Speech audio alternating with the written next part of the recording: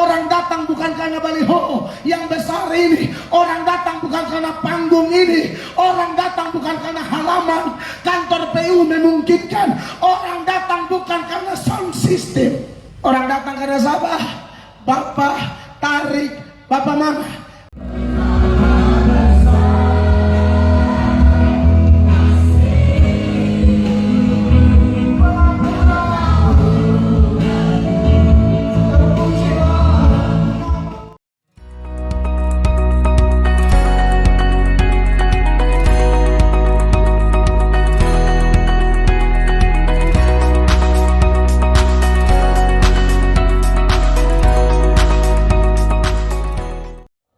Kita buka Alkitab kita bersama-sama dalam Injil Lukas pasal 21 ayat 34 sampai ayat 36. Lukas pasal 21 ayat 34 sampai ayat 36.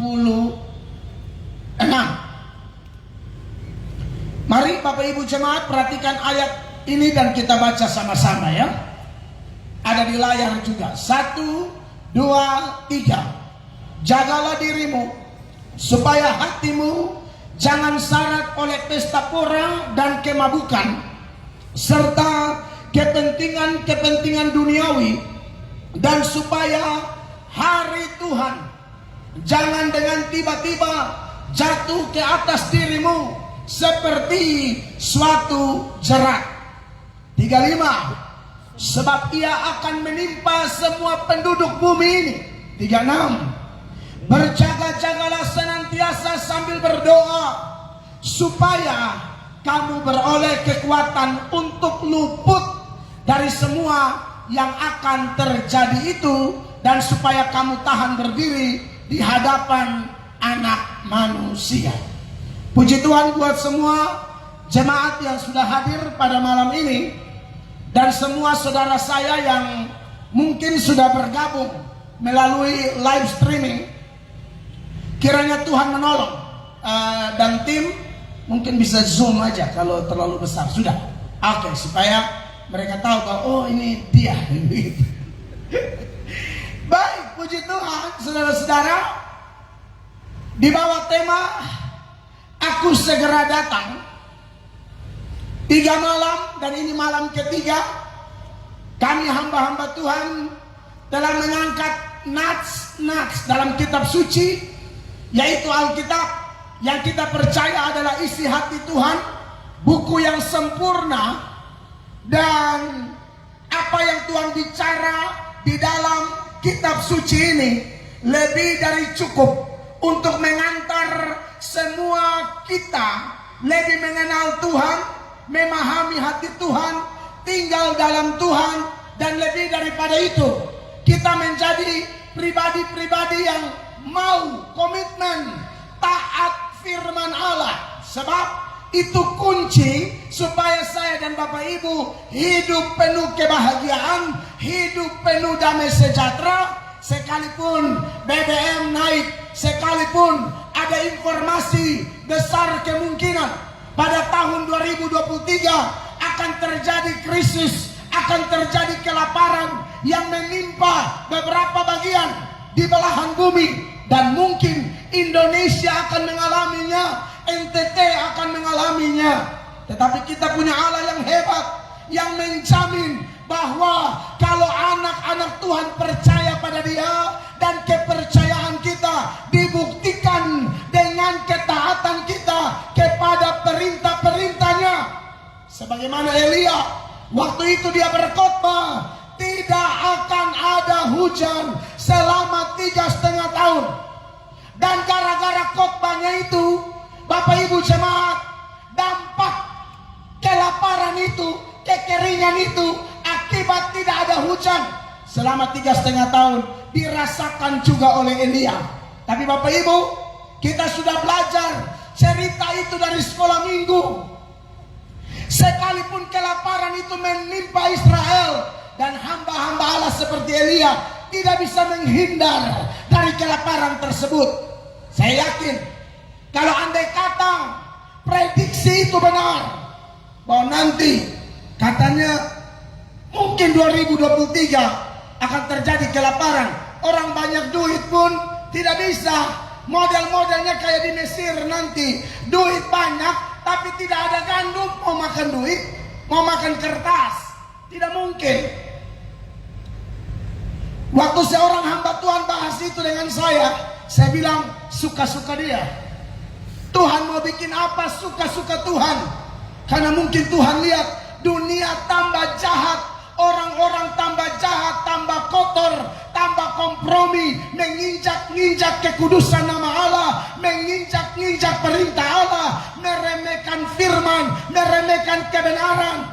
Maka dia Allah yang berdaulat. Dia bukan hanya Allah yang maha kasih, dia juga suci dan adil. Alkitab berkata Tuhan itu panjang sabar dan besar setia, tetapi dia tidak sekali-kali melepaskan atau meluputkan orang-orang yang menginjak-injak kebenarannya. Dan tidak ada satu bencana yang terjadi di bawah kolong langit ini, yang sudah terjadi, yang sedang terjadi, atau yang akan terjadi di depan kita, yang terjadi secara kebetulan. Masihkah Bapak Ibu jemaat ingat apa yang tercatat dalam Amos pasal 3 ayat 6? Ayat itu mengingatkan kita semua ada Tuhan di balik bencana-bencana itu. Perhatikan. Adakah sangkakala ditiup di suatu kota dan orang-orang tidak gemetar? Adakah terjadi malapetaka di suatu kota dan Tuhan tidak melakukannya? Saudara lihat itu ayat. Adakah sangkakala ditiup di suatu kota dan orang-orang tidak gemetar? Adakah terjadi malapetaka di suatu kota?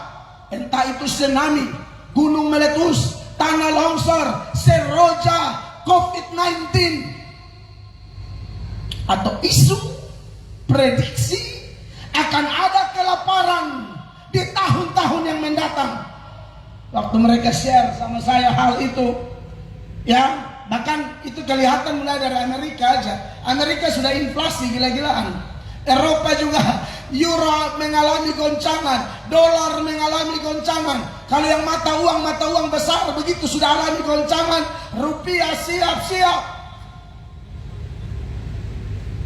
Tapi sebagaimana, ini bukan menakut-nakuti loh. Ini harus persiapan bagi kita. Tapi Anda lihat kan kalau orang hidup benar, satu Israel kelaparan di zaman Elia. Tapi Allah yang kita sembah, Allah yang kita puji, dia tahu cara memelihara orang-orang yang berkeputusan. Aku tidak akan menyembah Allah lain. Aku berani benar, walaupun sendiri. Satu dunia mau ikut setan, tapi aku berprinsip. Sekali Yesus tetap Yesus, sekali sembah Bapa tetap sembah Bapa, sekali dipimpin Roh Kudus tetap dipimpin Roh Kudus. Saudara, pilihan ada pada kita. KKR seperti ini Tuhan pakai untuk suarakan lagi firman-firman yang mungkin Bapak Ibu jemaat sudah pernah dengar, tapi karena terlalu sibuk dengan urusan pribadi, terlalu sibuk dengan masalah pribadi, atau terjebak dengan kesenangan-kesenangan dunia, maka pikiran Anda dan saya terkadang berkarat. Pikiran Anda dan saya kadang-kadang mulai mengalami kegoncangan, sehingga benih-benih kudus itu dicuri oleh setan. Benih-benih kudus itu tidak berakar, tidak bertumbuh. Karena apa? Terlalu khawatir. Karena apa? Terlalu duniawi. Karena apa? Gagal fokus. Bapak Ibu jemaat yang diberkati oleh Tuhan, kita sembah Allah yang hebat. Amin. Allah yang dahsyat, yang kalau dia berfirman, apapun itu, berkatkah, bencanakah, tidak mungkin meleset, pasti terjadi. Masih ingat apa yang tercatat dalam Pengkhotbah pasal 7 ayat 14? Firman Allah berkata apa di sana jemaat? Perhatikan. Pada hari mujur bergembiralah, tetapi pada hari malang ingatlah bahwa hari malang ini pun dijadikan Allah seperti juga hari mujur, supaya manusia tidak dapat menemukan sesuatu mengenai masa depannya. Bapak Ibu jemaat, dengar, pada bergembira. Tapi Allah tidak hanya izinkan hari mujur, hari-hari malang juga bisa terjadi. Kalau orang tidak kuat iman, kacau. Orang kuat iman dia mengerti. Itulah irama kehidupan anak-anak Tuhan. Tidak selamanya orang dukung kita. Tidak selamanya orang ada untuk memberikan semangat buat kita. Kadang mereka tusuk kita dari belakang. Bahkan dalam satu keluarga aja pemahaman bisa berbeda. Kalau salah satunya, misalnya suami tertanam kuat dalam pengenalan yang benar akan Allah, istri tidak. Tuhan proses seperti di Pengkhotbah 7 ayat 14 ini. Suami tertanam kuat, suami akan berkata, tenang mama, tenang, Tuhan tidak mungkin tinggalkan kita. Dia turut bekerja dalam segala perkara untuk datangkan kebaikan bagi kita. Tapi istri yang tidak kenal Tuhan bilang, lu omong su lebe dari lu ni ketua sinode, lu su omong lebe dari lu ni pendeta, lu omong lucu ada. Sebelum saya lanjut, Pak Vicky, in mic yang enak, kau yang baca Alkitab yang enak. Ini sah, lanjut Oke. Jadi kekasih-kekasih Allah, kadang begitu bukan? Anda masih ingat Ayub dan istri Ayub, satu rumah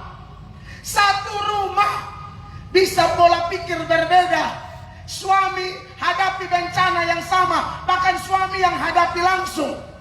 Oke lah, sama-sama kehilangan anak 10 orang, sama-sama kehilangan harta, tapi berkaitan dengan sakit penyakit yang terjadi dalam diri Ayub, mulai dari batok kepalanya sampai ujung kaki, hanya Ayub yang alami, istrinya tidak alami. Ayub bisa berkata kepada Tuhan, Tuhan yang memberi, Tuhan yang mengambil, terpujilah nama Tuhan.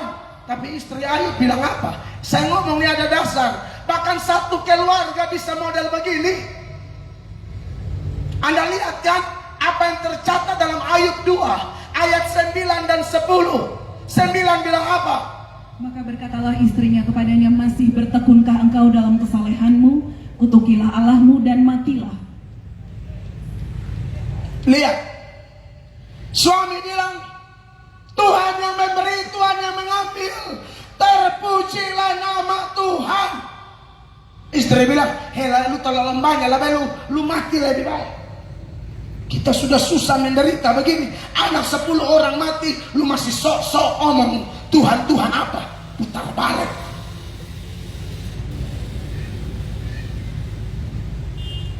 Orang kayak begini, istri kayak begini, ini sebenarnya perempuan memang. Serius, ini perempuan gila. Makanya di ayat 10 Ayub bilang, lu nih gila. Kalau kupang bilang, memang lu nih hanya mau yang baik sah. Yang sonde baik lu mulai boto-boto, iblis satu nih. Coba lihat ini, iblis son ada dia tambah sendiri, tapi memang ada. Perhatikan. Tetapi jawab Ayub kepadanya, engkau berbicara seperti perempuan gila. Memang seno berat. Terus, apakah kita mau menerima yang baik dari Allah tetapi tidak mau menerima yang buruk? ya. Dalam kesemuanya itu Ayub tidak berbuat dosa dengan bibirnya. Itu artinya Ayub paham benar. Tidak selamanya hari mujur, kadang-kadang hari malam. Kekasih-kekasih Tuhan, maka kita bersyukur ya, melalui KKR seperti ini, suara Tuhan, firman Allah diseberangkan lagi kepada Bapak Ibu jemaat sekalian, supaya kita periksa diri kita masing-masing. Jangan hanya mau yang enak-enak. Tuhan Yesus bilang, ikut aku, itu pikul salib. Betul dia janji roti, betul dia janji mahkota, betul dia janji kemuliaan. Tapi itu semua tidak bisa kita temui sebelum kita melalui jalan yang bernama salib atau via dolorosa secara pribadi. Bukan hanya Yesus yang melewati via dolorosa itu, ada via dolorosa khusus bagi saya, bagi Bapak Ibu jemaat sekalian.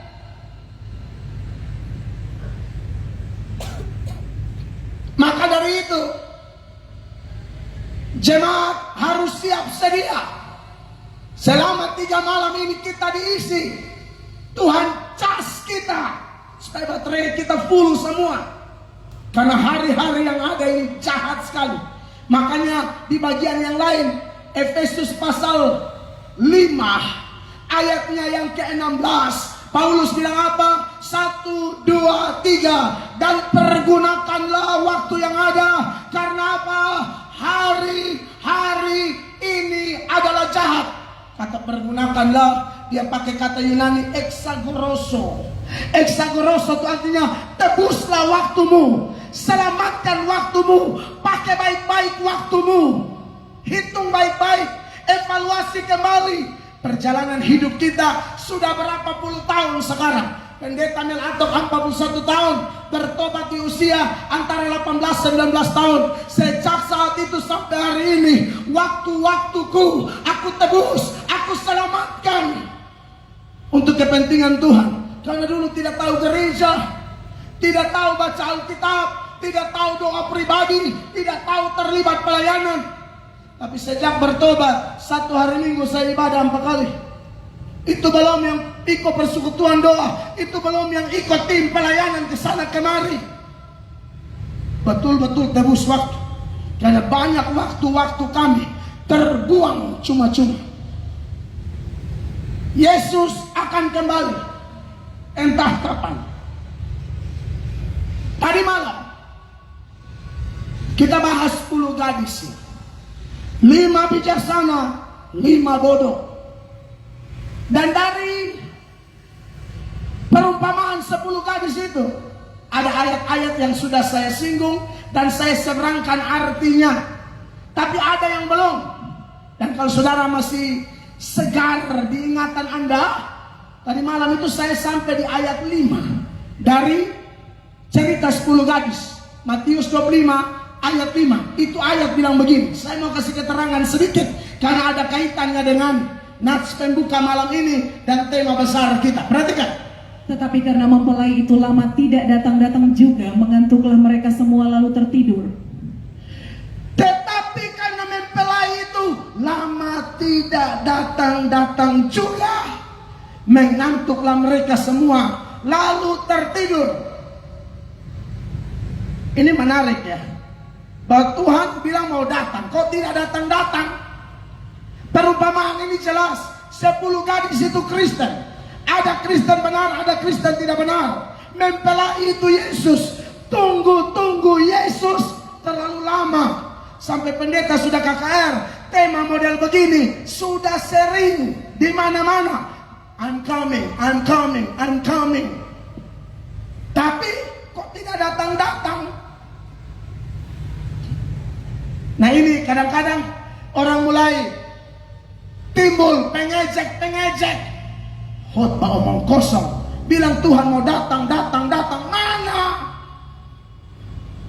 Makanya Petrus waktu tulis seputaran topik ini, kedatangan Tuhan yang kedua, Petrus bilang nanti akan ada pengejek.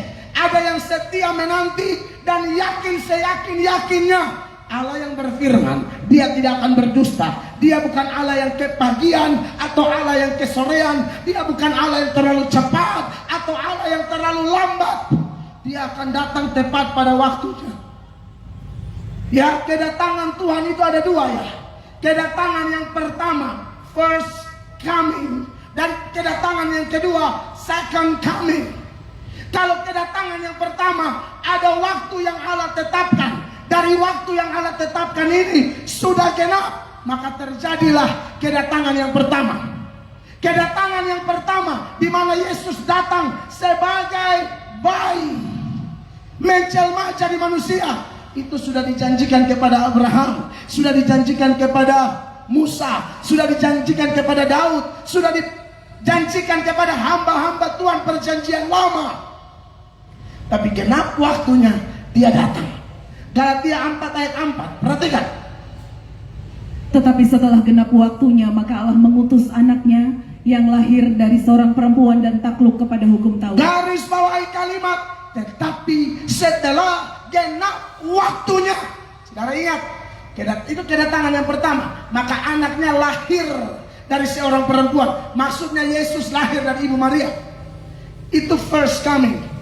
Nah, kedatangan yang kedua, saya yakin sudah ada waktu yang ditetapkan. 10 gadis bilang terlalu lama. Tapi anak Tuhan sejati, ya, dia yakin dan yakin, saya yakin penggenapan waktu ini akan terjadi dan dia akan datang.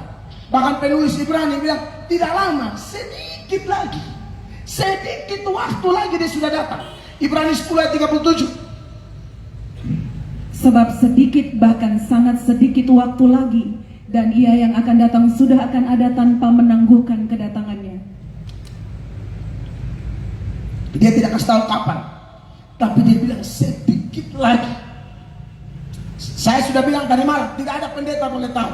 Itu hanya Bapa yang tahu, hanya Tuhan Yesus yang tahu, hanya Roh Kudus yang tahu. Waktu Yesus bilang aku tidak tahu, dia bicara dalam konteksnya sebagai manusia. Sebagai Allah, Allah itu maha tahu, dia pasti tahu. Kapan? Sedikit, bahkan sangat sedikit waktu. Nah sini, sesungguhnya aku datang segera. Kalau dia bilang aku datang segera, itu dia tahu kapan dia datang. Ini karena konteksnya dia bicara ini dia sudah mati bangkit naik di sorga. Jadi dia tahu kapan dia datang. Hanya tetap dirahasiakan. Supaya apa? Kita ini berjaga-jaga semua.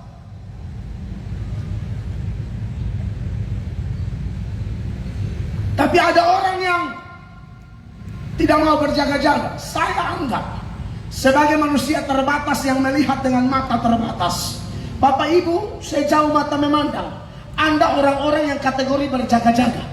Ada yang sudah lebar berjaga-jaganya sampai sudah menjadi gaya hidup.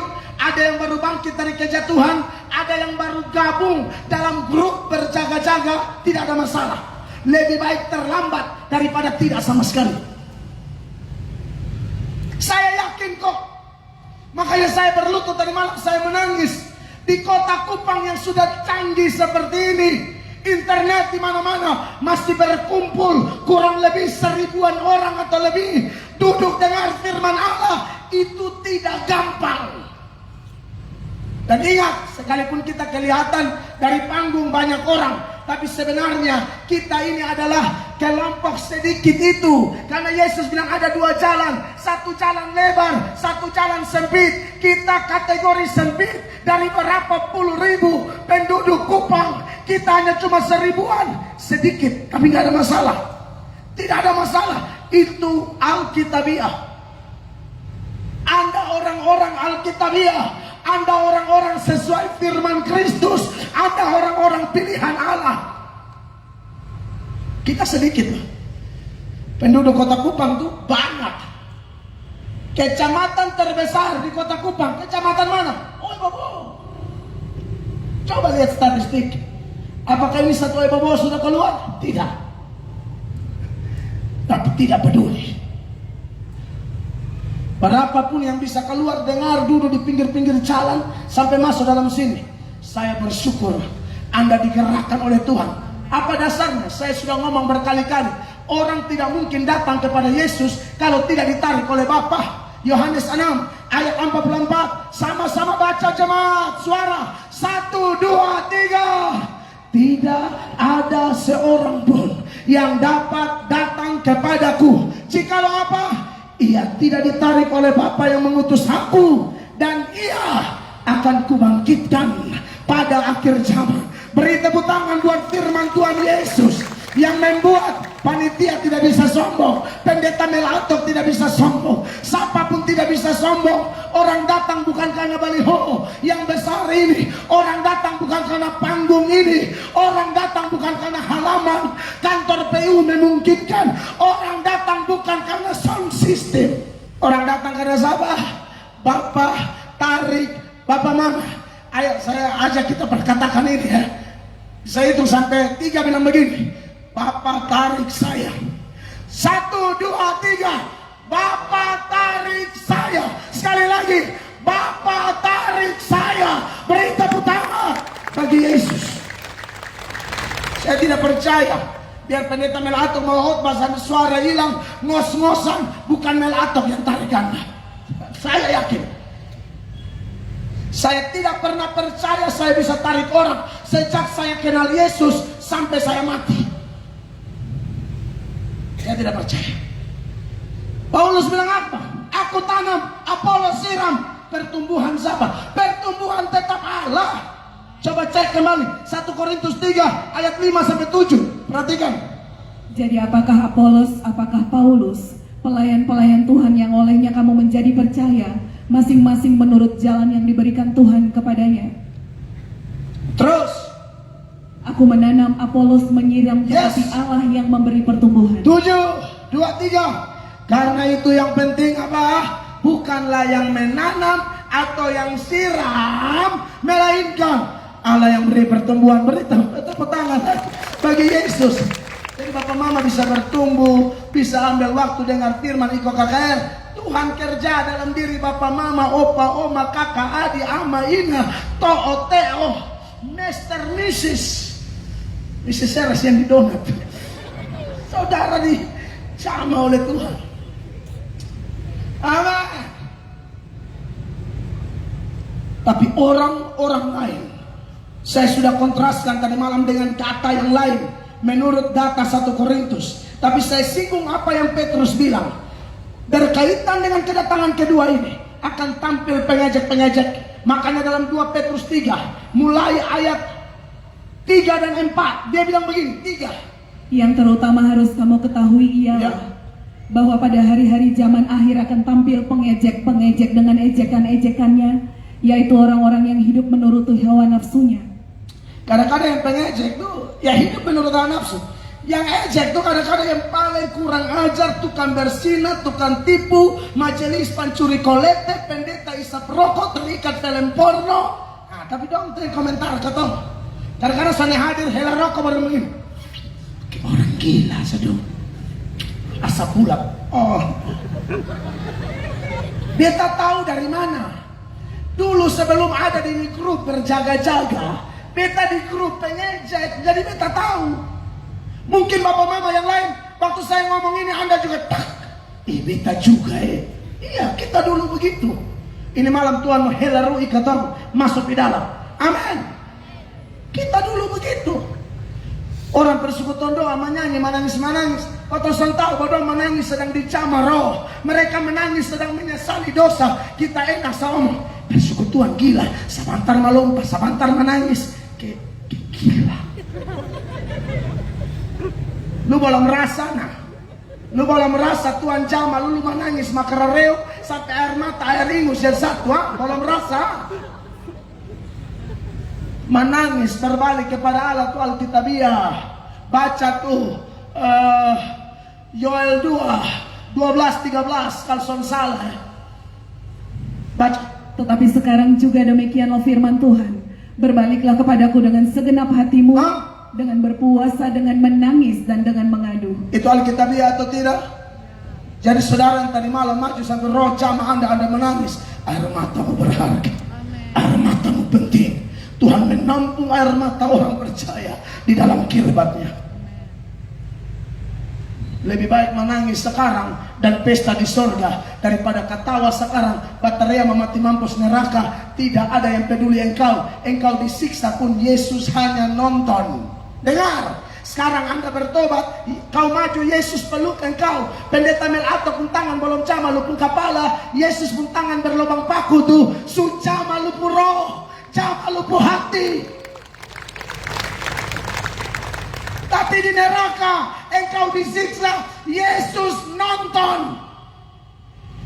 Baca kembali Wahyu 14 tuh 9 sampai 11. Perhatikan. Dan seorang malaikat lain, malaikat ketiga menyusul mereka dan berkata dengan suara nyaring, jikalau seorang menyembah binatang dan patungnya itu dan menerima tanda pada dahinya atau pada tangannya, apa yang terjadi dengan dia?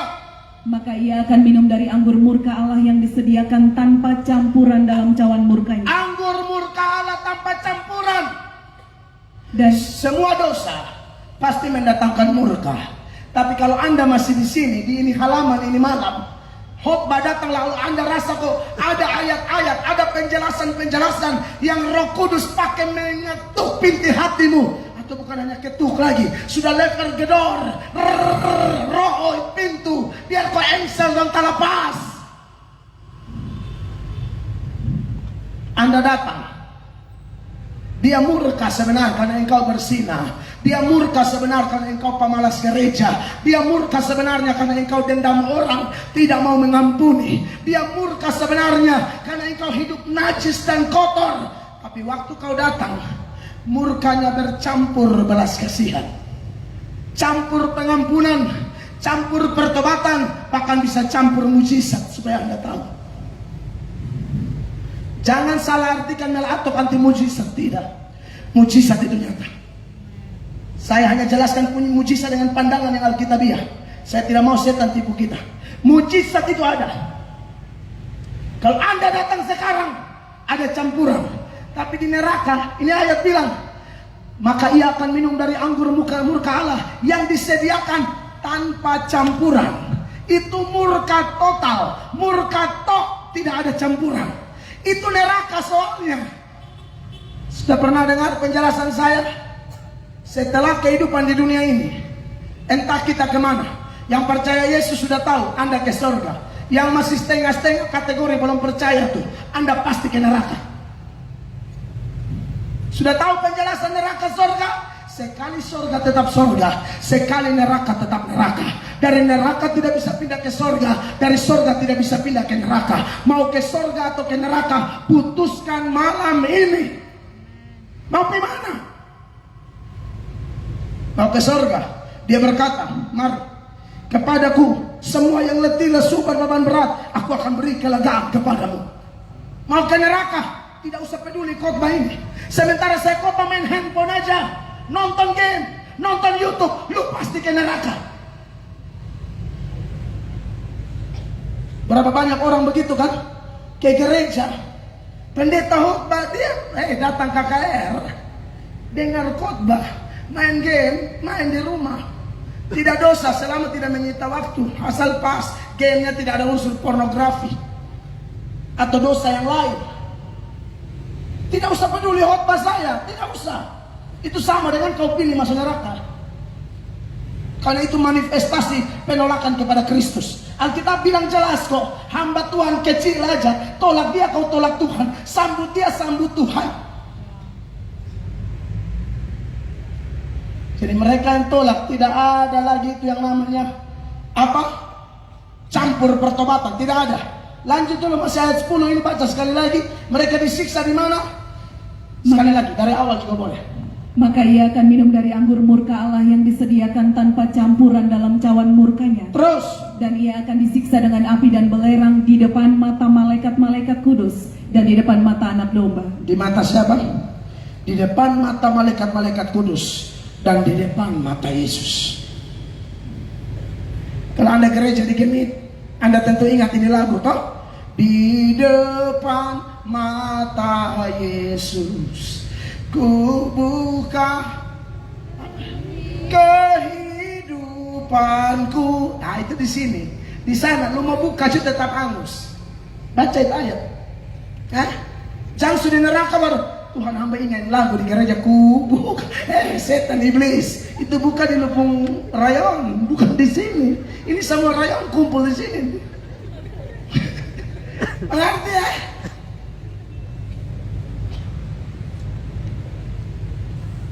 Pendeta kayak kami ini, orang suka bilang pendeta arogan, pendeta cari hal. Oh tidak.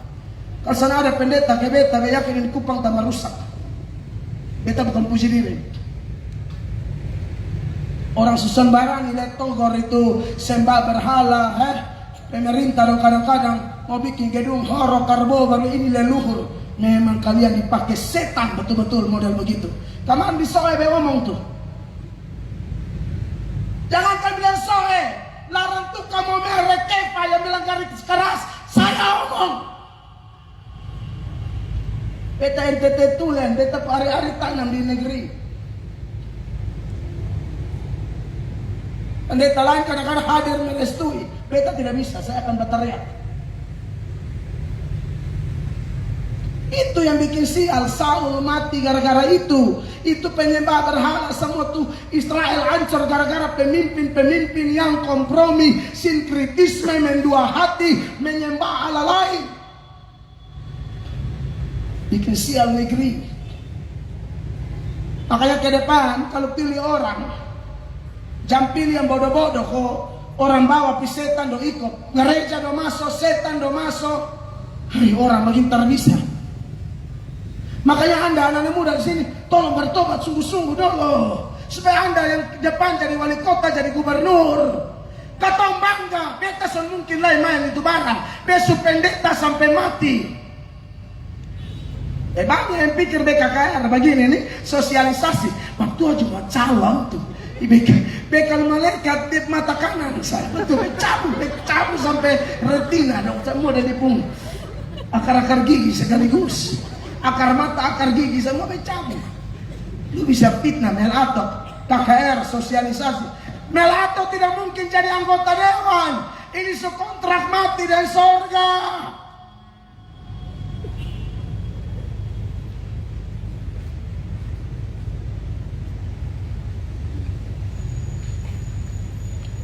Dong omong wibawa ke tinggi-tinggi sama ke intelek tinggi. Coba omong lebih lama, ketahuan isi dalamnya iblis. Terus dari awal bagus. Itu makanya nubuatan tentang nabi palsu di Wahyu 13. Salah satu cirinya apa? Dia muka domba, mau waktu dia buka mulut langsung naga. Wahyu 13 mulai ayat 1. Anda lihat ini tanda orang yang kelihatan ke domba, bagian dia omong isinya sesat semua, naga. Perhatikan. Lalu aku melihat seekor binatang keluar dari dalam laut, bertanduk 10 dan berkepala 7. Di atas tanduk-tanduknya terdapat 10 mahkota dan pada kepalanya tertulis nama-nama hujat. 2. Binatang yang kulihat itu serupa dengan macan tutul, dan kakinya seperti kaki beruang dan mulutnya seperti mulut singa. Terus? Dan naga itu memberikan kepadanya kekuatannya dan tahtanya dan kekuasaannya yang besar. Dalam ilmu tafsir kitab Wahyu yang sifatnya apokalips dan simbolis, Anda akan tahu bahwa ini bicara tentang penganiayaan, tapi juga bicara tentang ajaran-ajaran sesat. 3. Maka tampaklah kepadaku satu dari kepala-kepalanya seperti kena luka yang membahayakan hidupnya. Tetapi luka yang membahayakan hidupnya itu sembuh. Seluruh dunia heran lalu mengikut binatang itu. Ini bermakna simbolis ya. 4. Dan mereka menyembah naga itu karena ia memberikan kekuasaan kepada binatang itu. Dan mereka menyembah binatang itu sambil berkata, siapakah yang sama seperti binatang ini dan siapakah yang dapat berperang melawan dia? 5. Dan kepada binatang itu diberikan mulut yang penuh kesombongan dan hujat. Kepadanya diberikan juga kuasa untuk melakukannya 42 bulan lamanya. Ini bicara tentang orang-orang yang punya kuasa. Dan kalau dia mulai omong, isinya tuh menghina Tuhan. Makanya saya pendeta Melato pesan, Anda jangan pilih pejabat kurang ajar begini lagi ya. Kalau ada yang saudara tahu track record, Anda di wilayah mana aja, di entertain, pilih pejabat yang mulutnya omong tuh memuliakan Allah. 6. Lalu ia membuka mulutnya untuk menghujat Allah, menghujat namanya dan kemah kediamannya dan semua mereka yang diam di surga. 7. Dan ia diperkenankan untuk berperang melawan orang-orang kudus dan untuk mengalahkan mereka. Dan kepadanya diberikan kuasa atas setiap suku dan umat dan bahasa dan bangsa. 8. Dan semua orang yang diam di atas bumi akan menyembahnya, yaitu setiap orang yang namanya tidak tertulis sejak dunia dijadikan di dalam kitab kehidupan. 9. Barang siapa bertelinga hendaklah ia mendengar. Terus Barang siapa ditentukan untuk ditawan, ia akan ditawan. Barang siapa ditentukan untuk dibunuh dengan pedang, ia harus dibunuh dengan pedang. Yang penting di sini ialah ketabahan dan iman orang-orang kudus. 11. Dan aku melihat seekor binatang lain keluar dari dalam bumi dan bertanduk 2 sama seperti anak domba, dan ia berbicara seperti seekor naga. Ini yang saya maksud. Dia keluar seperti anak domba, muka ke domba. Waktu dia ngomong naga, itu simbolis. Ada orang yang kelihatan pelan omong, bagian dia bongkar mulu isinya tidak sesuai dengan Alkitab semua. Walaupun kelihatan lembut, kelihatan baik, muka domba, buka mulu naga. Bapak Ibu jemaat, lebih baik kita buka mulu langsung maruak daripada ke domba. Langsung aja selesaikan. Apa yang tidak beres kita cincang. Karena Tuhan cinta manusia berdosa, tapi Tuhan benci dosa. Jadi dosa harus cincang supaya orang yang diselamatkan. Amin, Bapak Ibu jemaat. Oleh karena itu, sebagai anak-anak Tuhan, persiapkan hidupmu baik-baik.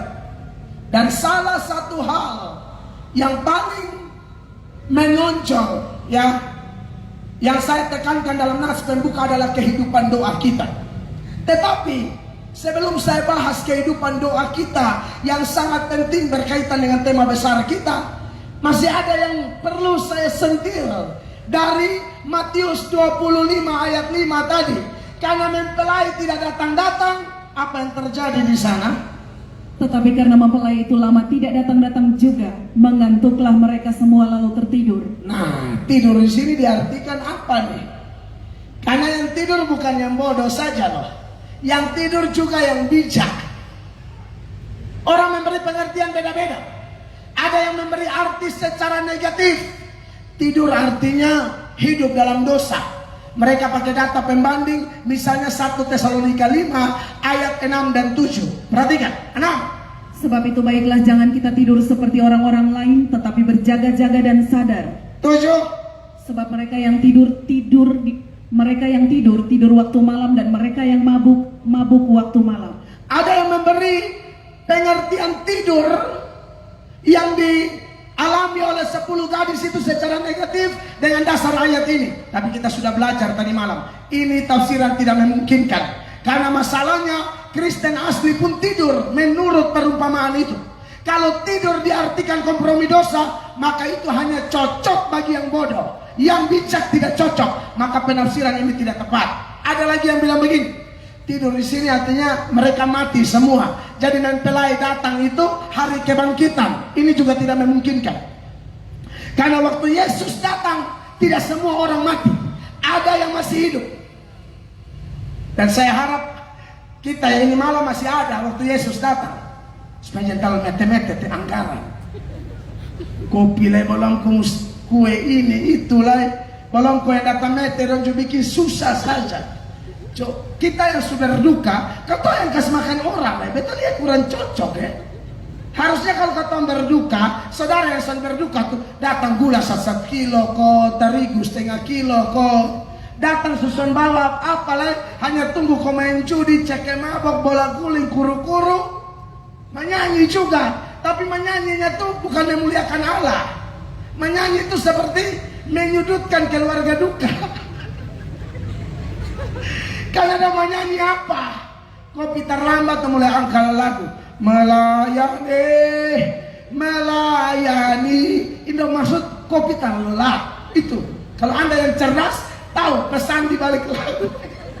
Kalau Anda yang anak dong biar nakal-nakal dong menyanyi sonde.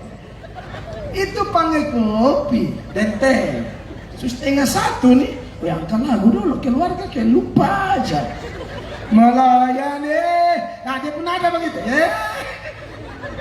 Kalau yang memuji Tuhan tuh doator suara 1, suara 2, suara 3. Ini suaranya suara rakyat ya. Lebih ke suara demokrasi ya. Melayani. Penyanyi-penyanyi berada 2-3 orang itu ditugaskan bersin, tapi ada pesan. Kopi pulang. Nah, itu. Makanya kita berdoa supaya Tuhan datang, kita tak usah mati dulu. Memang ada yang mati, tapi sonde semua mati. Karena baca kok 1 Tesalonika 4, 16, 17. 16 bilang begini, perhatikan. Sebab pada waktu tanda diberi, yaitu pada waktu penghulu malaikat berseru dan sangkakala Allah berbunyi, maka Tuhan sendiri akan turun dari sorga dan mereka yang mati dalam Kristus akan lebih dahulu bangkit. Ya, ini mereka yang mati dalam Kristus. Jadi mama, papa, kakak, adik, opa, nenek, ya, yang sudah meninggal dan meninggal dalam Tuhan. Ya, cortos terlalu kuat ya, ada kebangkitan. Emang kuat cuma tembus karena dia pakai tubuh kemuliaan. Ya, tubuh baru, bukan tubuh yang itu dan itu jas yang saudara jas paket, bukan itulah ya, tubuh lain. Tapi ada yang tinggal ada yang tinggal. Makanya beta berharap yang hadirin malam, kalau Tuhan berkenan, ketemu kloter berikut saya.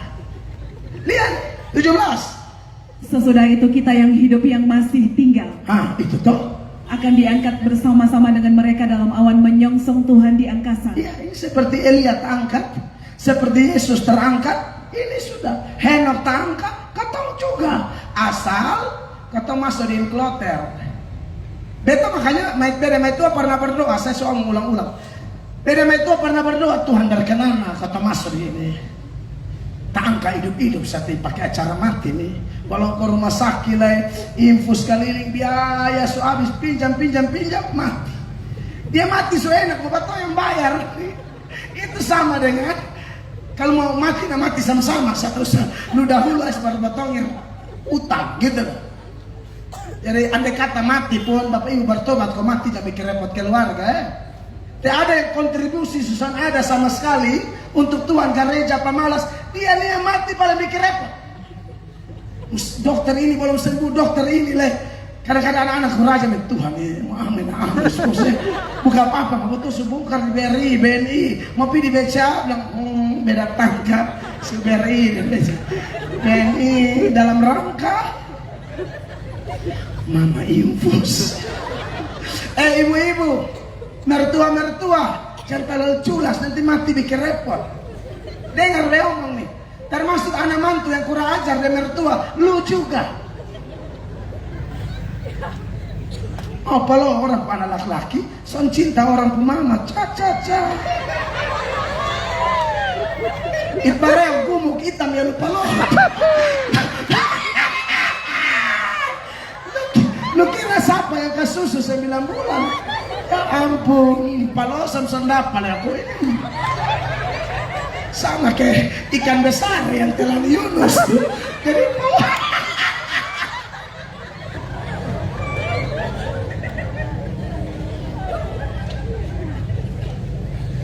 kalau orang anak berculas ya orang mama iblis. Ada anak mantu begitu asli maju ke foto selfie, kenang-kenangan. Ini yang culas tuh bobo.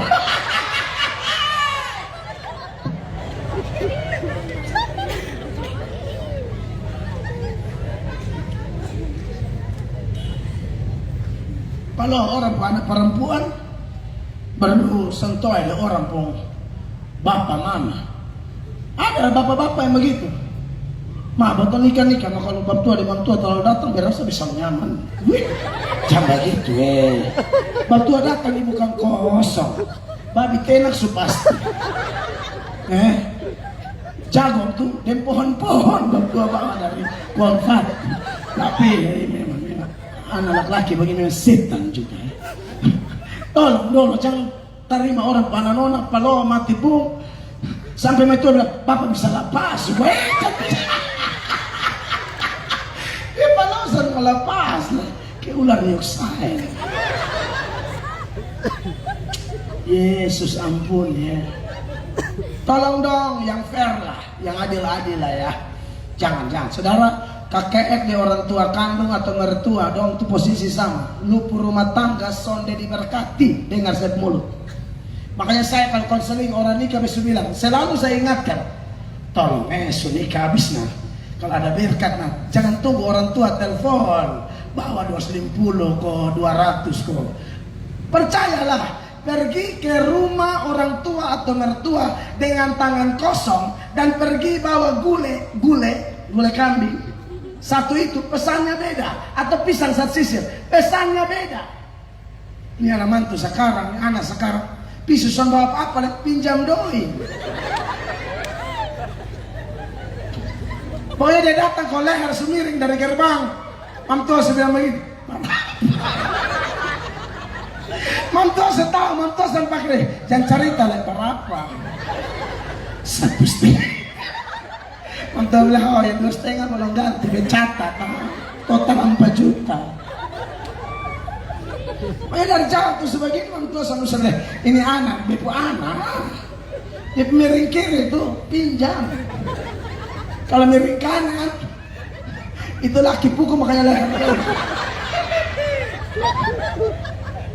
Lalu mau nikah tuh, mama su bilang, lu punya ompu model nih, lu punya ompu muka alis mata basambung jahat lo.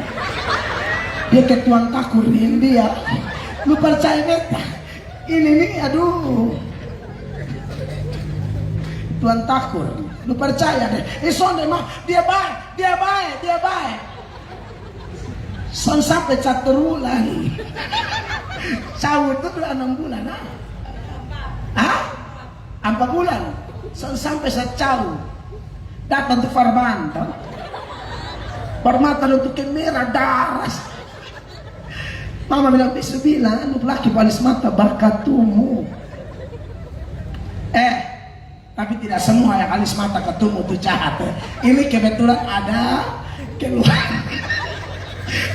keluarga yang pernah omong begitu. Ya beta ingat, beta tahu. Tapi ada yang alis mata sambung, aduh, cinta Tuhan sekali.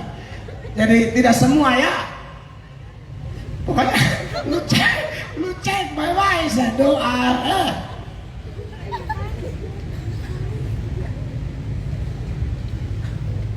Jadi saya dan istri berdoa kalau Tuhan berkenan, tak usah pakai acara mati, kau tak angka begini enak sekali. Sebab kalau kita lihat ayat-ayat yang sudah dimunculkan, Yesus bilang sedikit, bahkan sangat sedikit lagi aku datang. Kalaupun kedatangan dalam konteks universal belum terjadi, individu tidak bisa dihindari. Maksudnya dia datang cabut nyawa kita. Itu eskatologi pribadi. Maka memang harus super siap.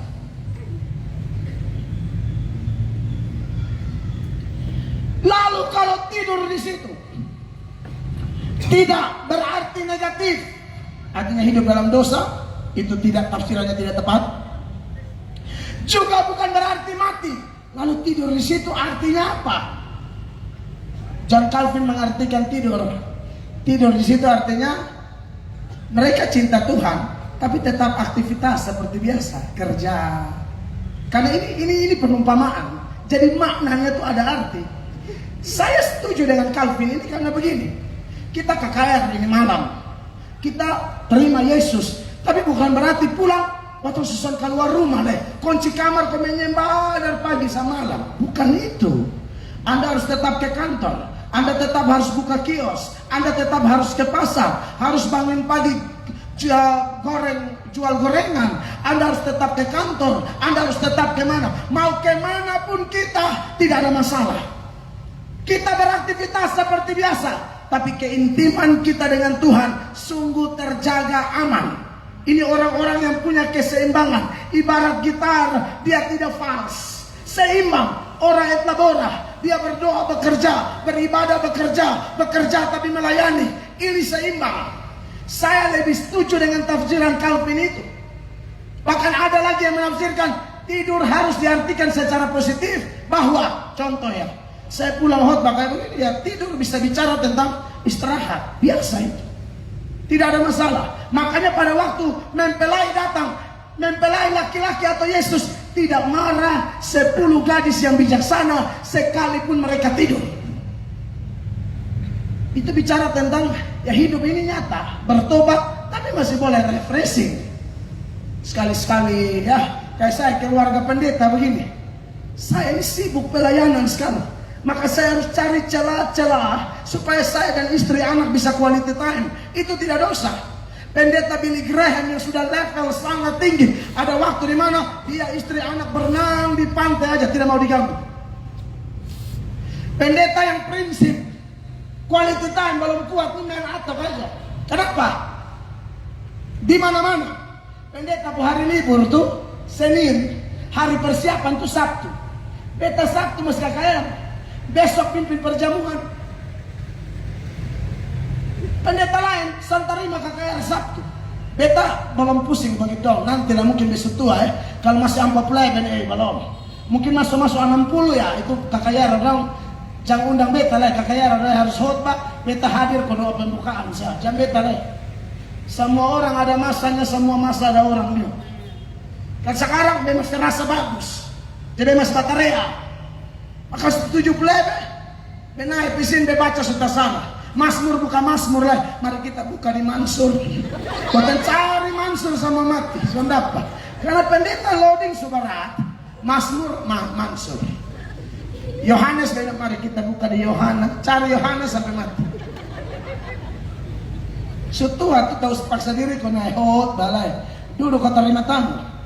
Saya ingat Pak Yakob Nahwai almarhum pernah ngomong begitu. Dan saya mau pakai itu prinsip. Nah besok tua pendeta muda dari hot dari gereja beda ibu gembala terima tamu sah usah naik hot balai mak doa sih.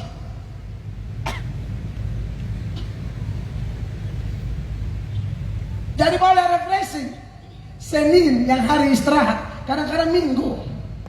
Tapi ya kami berupaya mengingatkan Bapak Ibu, kalau saya habis khotbah jangan datang curhat itu son masuk. Saudara pikir enak kok Pak omong nih, berpikir omong keluar ya segala macam. Saudara pikir gampang ini pulang nih energi capek luar biasa. Kadang-kadang habis modeka mati di mimbar masih ada ibu-ibu yang datang. Dada tikam. Bukan besan mau layani mah, momennya setelah lepas. Bapak pendeta semua mati di mimbar nih. Itu ada tikam bisa tekan sendiri kok dalam nama Yesus, dalam nama Yesus. Ada satu laki karena hidup kesenada guna. Keluar lama bukan kerja cari doi. Cerita yang putar balik. Kunjungi keluarga yang senada hasil. Berbini yang kena orang gila kerja cari doi. Masuk bawah 0 kaboak. Pergaya mau tidur di kasur lepas di lantai. Bini pel di muka-muka. Behot bayar lebaran raya ketiga, pulang kan biasa di istri anak bercanda-bercanda sedikit, doa bersama baru istirahat. 11:30, laki ada pel di muka, datang kok curhat sampai 1:30. Mau usir ju muka setengah masih bakas pel. Udah, hari masuk ke duduk. Karmana? Bini gila Pak. Betanya bini kok, ibu bilang begini. Ih dia yang gila. Untuk Yesusan bilang, beta cuma pendeta gila. Juga orang gila satu rumah. Lihat mau curhat. Soalnya pendeta mati bukan karena apa. Jemaat bisa lihat pendeta hari istirahat. Jadi tidur di situ, menurut saya arti positifnya itu. Jadi saudara kalau sudah cinta Tuhan, bukan berarti tidak boleh refreshing ya, bukan berarti tidak boleh nonton bioskop lagi, bukan. Tapi kalau nonton bioskop pun beta usul, beta hamba Tuhan, jangan nonton film setan. Indonesia ini pasar film paling laku kalau judul setan-setan beranak di kuburan. Nah ini dong yang lahir, dong dibantu memuku, ayo buntiano, dong bercabang air dari ukuran barang buku bukan berapa aku bukan 4 atau 3 4 terus nonton film lucu kok spesial masalah subahnya lah kooperasi kejar lah nonton setan lah makanya lihat kooperasi di setan kalau banyak nonton film setan sang kooperasi dia pikir ini yang menari di desa. Dia lihat judul-judul tuh. Ini siapa pemilik ini XXI ya? Ini sini maksudnya contoh mama ngomel sando. Ini beta omong, saudara percaya atau tidak? Dalam dunia okultisme itu ada pengaruh. Kapan-kapan di seminar khusus ini. Dalam dunia okultisme ada yang suka nonton film setan. Logikanya begini, bapak-bapak atau pria, ada yang suka nonton film porno, sangat terikat dan porno. Begitu juga nonton film setan. Hati-hati.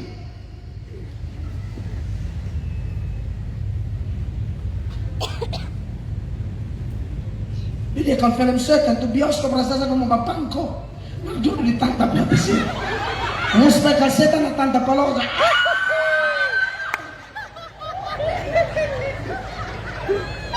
Padahal Buntiana itu tantap.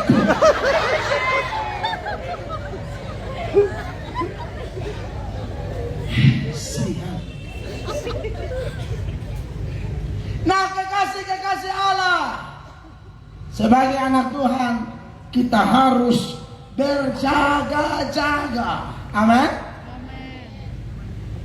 Dan berdoa supaya kita dapat kekuatan. Lihat kembali Lukas 21 ayat 36. Nats pembuka tadi. Baca. Berjaga-jagalah senantiasa sambil berdoa, supaya kamu beroleh kekuatan untuk luput dari semua yang akan terjadi itu, dan supaya kamu tahan berdiri di hadapan Anak Manusia. Iya, saudara. Jadi salah satu yang saya mau ingatkan kita ya, silakan beraktivitas, silakan refreshing yang halal-halal, yang positif-positif, yang alkitabiah, tapi kehidupan doa kita jangan coba-coba kendor, jangan ya. Kita perjuangkan semua, bapak-bapak, ibu-ibu yang sudah punya anak, beri teladan kehidupan doa kepada anak-anak. Saya sering seberangkan ini di mana-mana. Contoh di wilayah gereja Tuhan yang saya pimpin, saya bikin semacam kesepakatan saja supaya hamba Tuhan berdoa 1 hari 1 jam, itu di luar baca Alkitab kok. Jemaat 30 menit. Tapi saya rasa ada jemaat tertentu di wilayah pelayanan kami, atau tidak ada di gereja kami tapi yang ikuti kami di media, lewat radio, Facebook, YouTube, mereka melakukannya. Bahkan mereka bisa lebih dari 1 jam. Ini teladan bagus buat anak-anak kita.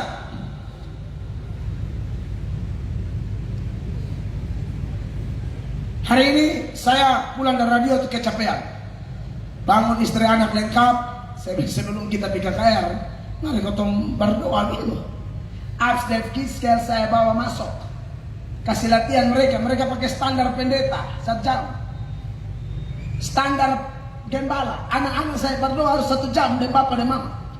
Isi doa 30 menit pertama itu namanya pujian doa atau doa pujian. Hanya puji Tuhan saja. Semua lagu-lagu yang kita pilih bersifat pengagungan, tidak bersifat mengasihani diri. Itu belakangan, karena kita juga ada masalah. Itu belakangan. Sebab kau besar, hormat bagi Allah Bapa, alam semesta melukiskan, atau yang lainnya. Bapa kau setia, setengah jam pujian, doa, isi pujian. Sudah habis, langsung doa ke pendeta-pendeta semua. Karena saya suhutbah itu tadi malam, doa buat semua orang kudus. Mau pendeta GBI, GMI, apa semua kami doa. Saya mau tanamkan kepada anak-anak saya, karena ada pendeta salah didik, nanti dididik dia anak. Kau pun GSJ yang paling benar, andi aku anak besar serta berkau. Kau pun GBI yang paling benar, andi aku sana ada kawan. Kau pun genit yang paling betul, andi aku lu begitu-begitu. Jangan didik anak begitu. Saya larang kultuskan diri saya larang. Tidak boleh. Saya mati salah gereja kosong kalau terlalu kultuskan. Karena gereja-gereja seperti karismatik itu gereja figuritas. Figurnya hilang, drop seluruh gereja. Tidak boleh.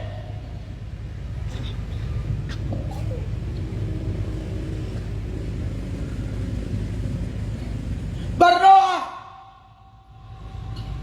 Kalau doa 1 jam, beta setel itu 1 jam 5 menit alarm. Jadi lewat lebih kurang boleh 1 jam 5 menit minimal. Alarm, kadang-kadang alarm subuh ini pokok doa belum habis, hantam terus sampai habis. Anak-anak sudah mulai disiplin. Tadi pagi saya ngomong di radio ini, dan malam ini memang Tuhan yang suruh menjelang Yesus mau datang. Berjaga-jagalah senantiasa sambil berdoa. Kalau Yesus yang suruh, berarti doa adalah salah satu cara terbaik untuk komunikasi timbal balik kita dengan Tuhan. Karena di dalamnya kita beroleh kekuatan. Tidak peduli apa yang kita minta tuh dikabulkan atau tidak, tapi yang pasti kekuatan diberikan. Ulang. Minta sembuh tidak sembuh, tapi yang minta ini sekalipun kesembuhannya belum tiba, atau mungkin tidak sembuh sama sekali, seperti Paulus dan Elisa, sampai mati tetap dalam keadaan sakit, tapi mereka kuat. Makanya Paulus berkata, dalam kelemahanku aku kuat. Kenapa? Karena doa. Banyak orang ini selalu salah mengerti tentang doa. Berkaitan berkaitan dengan kedatangan Yesus yang kedua kali, kadang-kadang yang kita minta Allah tidak kabulkan. Tapi kita kuat. Saya lihat, saya bahas Stefanus ya. Stefanus itu memang doanya tidak dicatat semua doanya. Yang dicatat oleh Dr. Lukas, bahwa dia hanya berdoa, ya Tuhan Yesus terimalah rohku, jangan tanggungkan dosa ini kepada mereka. Tapi saya yakin bahwa itu tidak semua doa Stefanus. Bisa jadi Stefanus berdoa, lindungi aku Tuhan. Tapi Stefanus lihat kok ini batu, lindungi aku, mah 2 batu sudah datang ini. Dan sakit sekali. Stefanus sudah tahu, dia tidak mau bela saya. Tapi dia tidak salah. Stefanus kuat sampai mati. Saudara ngerti? Karena, dengar, jangan jadi Kristen manja-manja yang pikir doa langsung ekonomi bagus, doa langsung sana ada oto jadi ada oto, sana ada tanah jadi ada tanah, ya. Berdoa anak kejahatan langsung berubah. Hei, Tuhan tuh mendidik kita proses. Kalau lihat anak belum berubah, bukan menyerah, Tuhan mau tambah kencang. Bukan ngomel sana ujung pohon. Doa-doa kau suami tambah foe, bapak doa terus, jangan berhenti doa. Amin, kekasih Allah. Karena dari doa itu Anda dapat kekuatan. Banyak berdoa tambah kuat, sedikit berdoa sedikit kuat, tidak berdoa hancur kau.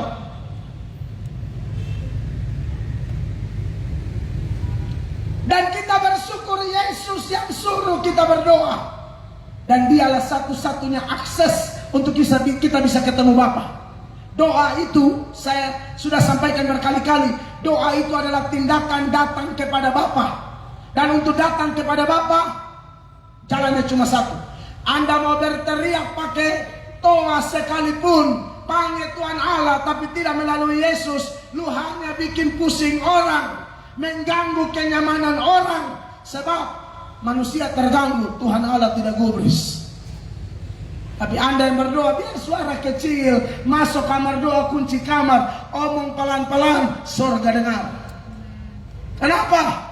Karena hanya orang yang datang kepada Yesus, hanya anak-anak Tuhan Yesus yang diterima ketika mereka berdoa. Yang tidak percaya Yesus tidak. Kalau orang tidak percaya Yesus, orang masih terikat dengan dosa-dosa.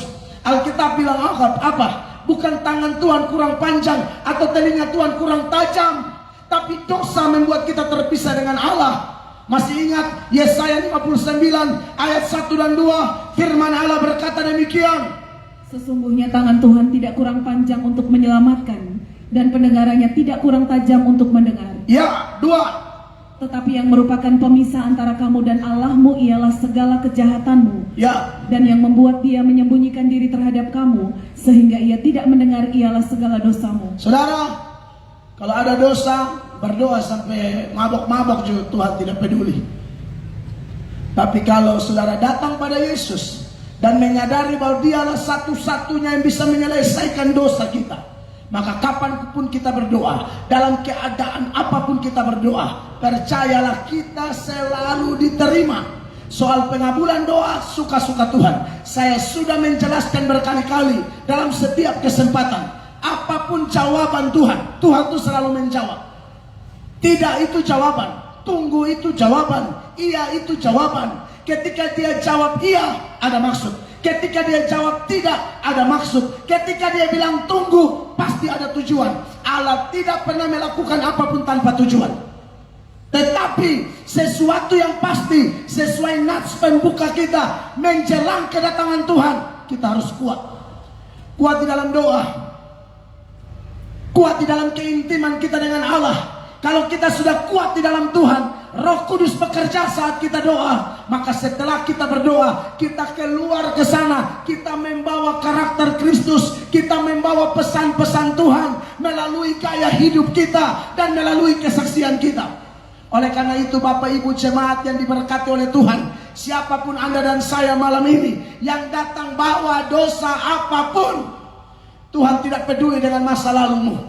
Saudara ingat, anak bungsu itu pulang, dia sangat menyakiti Bapa.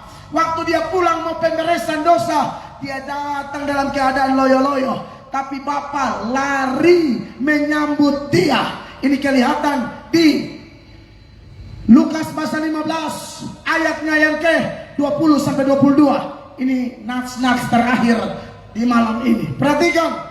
Maka bangkitlah ia dan pergi kepada bapaknya. Ketika ia masih jauh, ayahnya telah melihatnya. Haleluya.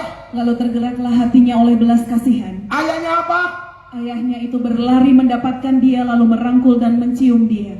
Mungkin waktu khotbah disampaikan firman Allah, ayat-ayat penjelasan telah membuat Anda mengerti betapa kotornya Anda dan saya, dan Anda butuh Allah. Waktu Anda datang, mungkin Anda jalan loyo-loyo, tapi Yesus akan lari peluk engkau. Yesus akan lari jamah engkau. Dia akan ganti hidupmu yang lama. Dia akan kasih pakai cincin sebagai simbol kehidupan dan kasih yang tak berujung. Dia akan kasih kau pakai alas kaki, bahwa dia tetap terima engkau dan saya sebagai anak. Termasuk kita yang sudah melayani, tapi kita pernah jatuh dalam dosa. Sudahlah, bangkit. Jangan mau ditipu oleh setan. Siapa sih yang tidak pernah gagal? Yang khotbah ini pernah gagal. Bukan gagal sebelum bertobat, sudah bertobat, sekolah teologi, pernah gagal saya ini. Tapi hari ini kalau saya berdiri tegak, karena saya punya harapan di dalam Kristus. Manusia boleh tolak kita, omong masa lalu dan kejatuhan kita, tapi tidak, Yesus tidak akan melakukan itu asal engkau datang kepada Dia dengan sungguh-sungguh. Beri tepuk tangan yang meriah bagi Yesus. Mari kita berdiri sama-sama.